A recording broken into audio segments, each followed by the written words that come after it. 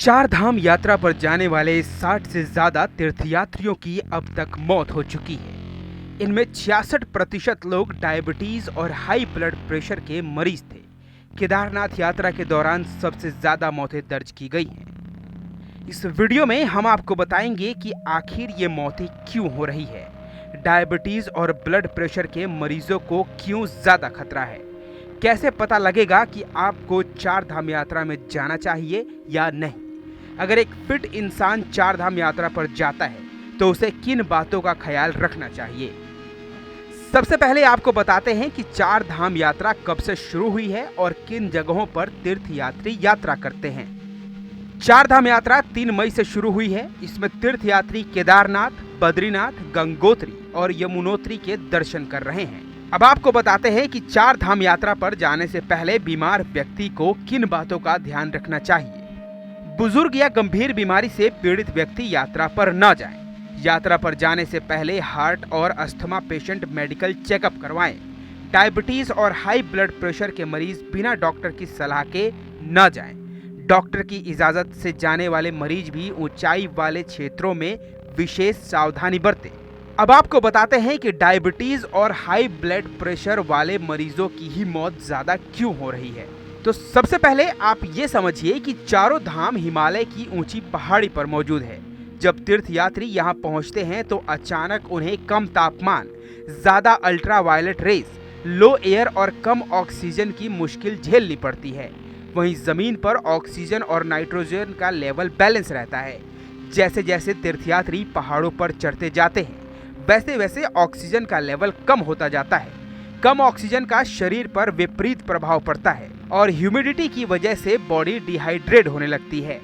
Health experts के अनुसार diabetes और ब्लड प्रेशर के मरीजों के शरीर का तापमान अचानक बदलता है। इससे दिल की नसें सिकुड़ने लगती हैं, ब्लड सर्कुलेशन में भी दिक्कत आती है। ऐसी सिचुएशन में भी लोग पहाड़ों पर चढ़ाई जारी रखते हैं। इससे फिजिकल एक्टिविटी होती रहती है और डायबिटीज और ब्लड प्रेशर के मरीजों के शरीर पर उल्टा प्रभाव पड़ता है। ये सारी दिक्कतें ही मौत का कारण बन जाती हैं। एक और सवाल जो आपके मन में उठेगा वो ये कि ऊंची पहाड़ियों पर ही हार्ट अटैक आने का क्या कारण हो सकता है। डॉक्टरों की माने तो पहाड़ पर पला बड़ा व्यक्ति और मैदानी इलाकों के इंसान की शारीरिक क्षमता में अंतर होता है। ऊंचाई पर हवा पतली होती है, वहाँ ऑक्सीजन की कमी हो जाती है। ऐसे में मैदानी इलाके वाले लोगों को पहाड़ों पर सांस लेने में समस्या आती है। ऑक्सीजन की कमी के कारण ही हार्ट अटैक आता है और लोगों की जान चली जाती है। कई लोगों ने तीर्थयात्रियों के लिए स्वास्थ्य विभाग द्वारा जारी किया गया गाइडलाइन भी नजरअंदाज किया है। हम आपको सलाह देंगे कि तीर्थयात्री स्वास्थ्य विभाग द्वारा जो गाइडलाइन जारी की गई है इसको बिल्कुल भी नजरअंदाज ना करें। एक नजर आप इस गाइडलाइन पर भी डालिए। पहले से बीमार लोग अपने साथ डॉक्टर के प्रिस्क्रिप्शन, फोन नंबर और दवाइयां ले जाएं। यात्रा पर जाने से पहले कुछ दिन सुबह और शाम टहले ताकि यात्रा पर ज्यादा दिक्कत ना हो।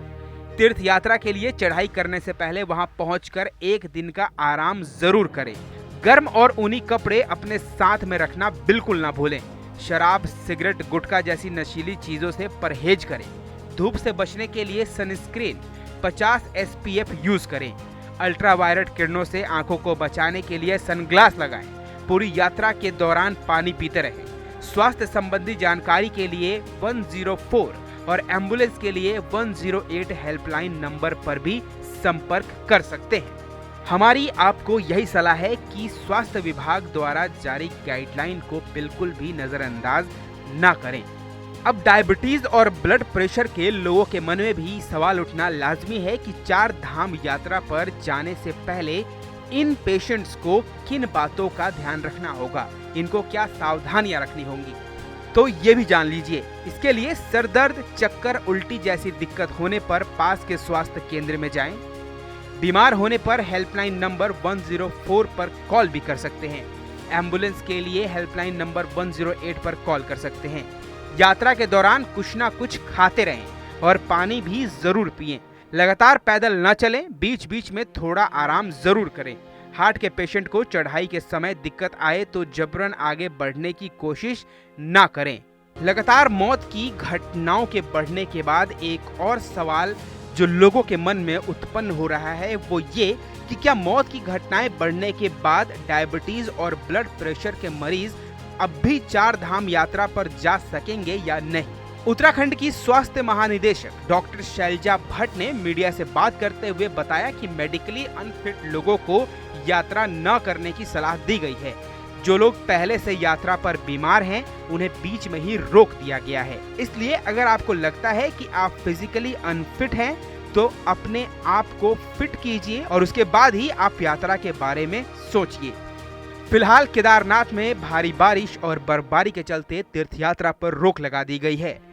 गौरीकुंड से हेलीकॉप्टर सेवाएं अस्थायी रूप से निलंबित हैं। Bureau report.